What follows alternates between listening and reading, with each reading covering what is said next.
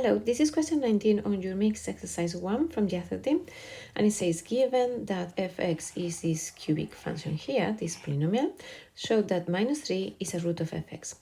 If minus 3 is a root, that means that f of minus 3 is going to be 0, yeah? So think about coordinates. If x equals minus 3 is a root, the y, the corresponding y, is going to be 0. We are in the x-axis. So f of minus 3, we need to check that is 0. And we are going to do 2 times minus 3 cubed plus 9 times minus 3 squared plus 10 times minus 3 plus 3. And when you check this, you get that is 0. Yeah. B says express 10 divided by fx as partial fractions, which means we need to factorize this expression to have different factors that is going to help us to find the different terms of the partial fraction. So if f minus 3 is 0, using the factor theorem, we know that x plus 3 is a factor. If it's a factor, we can divide this function by this one, and we are going to get a quadratic that is very easy to factorize because we know how to factorize quadratic. So the first thing we are going to do is, as this is a factor, we are going to divide, which is going to help us to have a quadratic and to factorize the quadratic.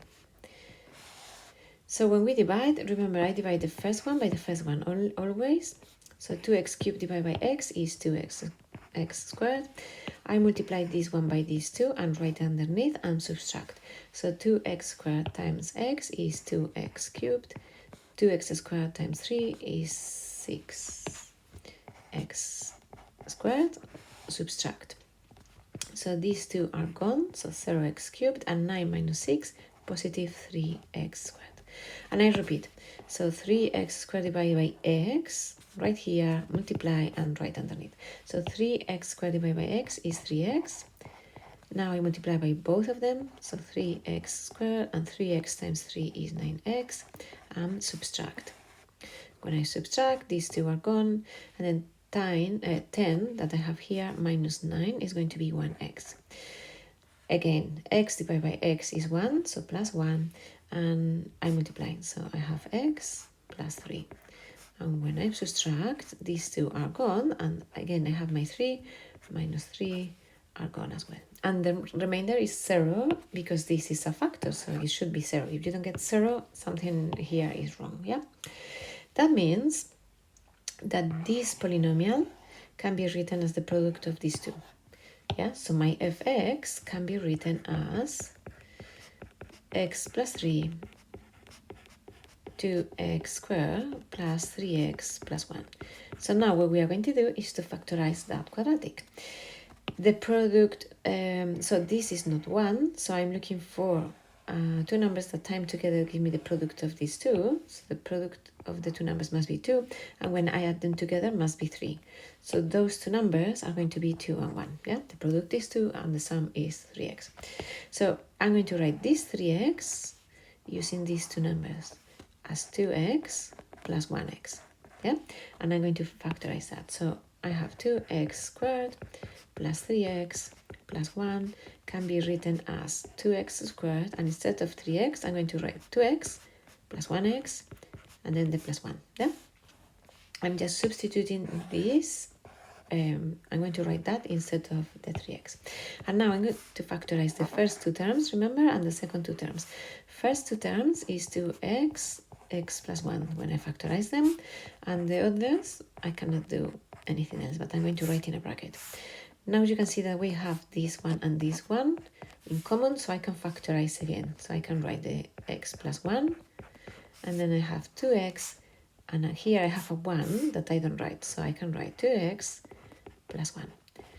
Now my cubic is fully factorized, so if I come back here, so if I come back to my fx, I can write x plus 3 and then x plus 1 to x plus 1. Yeah, and we have factorized, so x plus 3, x plus 1, and 2x plus 1. And this is a very long question because now we have to do the partial fractions, yeah? So x plus 3, x plus 1, and 2x plus 1. I'm going to carry on working in the same page. So I'm going to clean this. And then we have to write 10 divided by fx, 10 divided by fx as partial fractions. So my denominator, I'm going to use the expression that I found, factorized already. So this one here. And if I express this as partial fractions, I'm going to have a divided by the first factor, x plus 3, plus a b, divided by the second factor, which is x plus 1. The order doesn't matter, yeah? I'm writing them in this order. You can write them in the order and call A, B, C however you want. It doesn't matter. Remember to write partial fractions.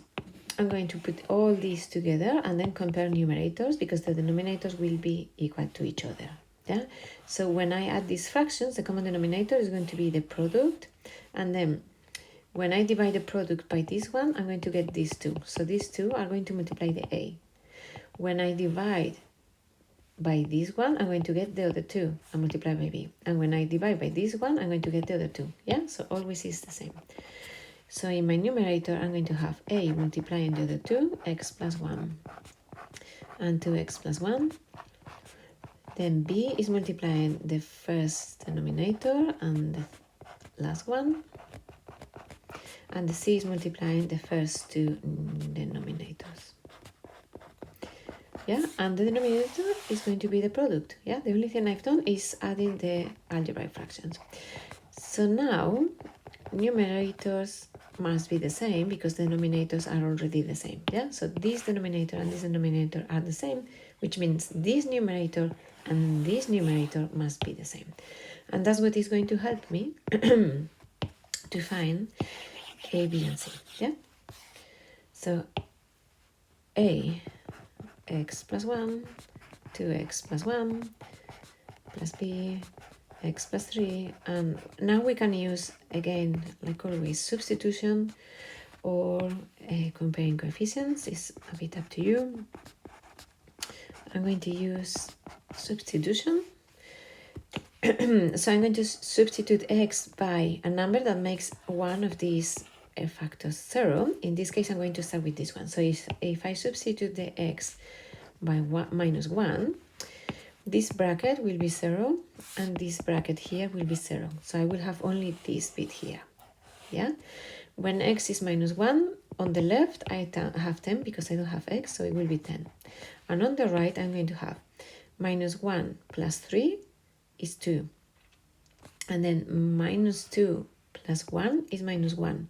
So I have 2 times minus 1 is minus 2 times b.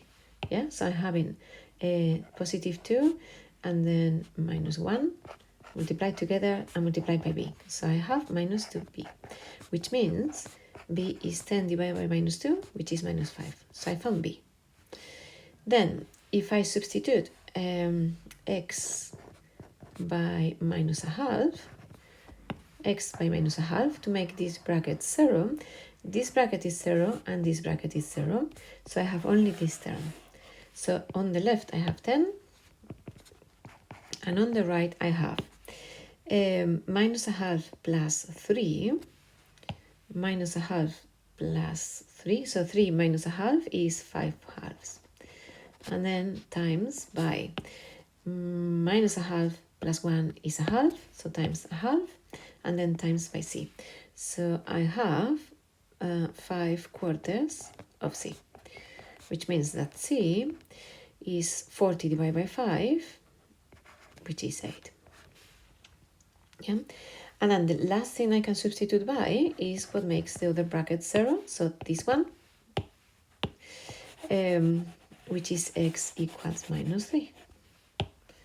Minus 3. So on the left I have 10. On the right, the only bracket that is not 0 is this one, because this one is 0 and this one is 0. So when x is minus 3, I have minus 3 plus 1 minus 2, and minus 3 times 2 minus 6 plus 1 minus 5. So the product of those two is 10 multiplied by a, 10a. And that means that a is 1. This means that I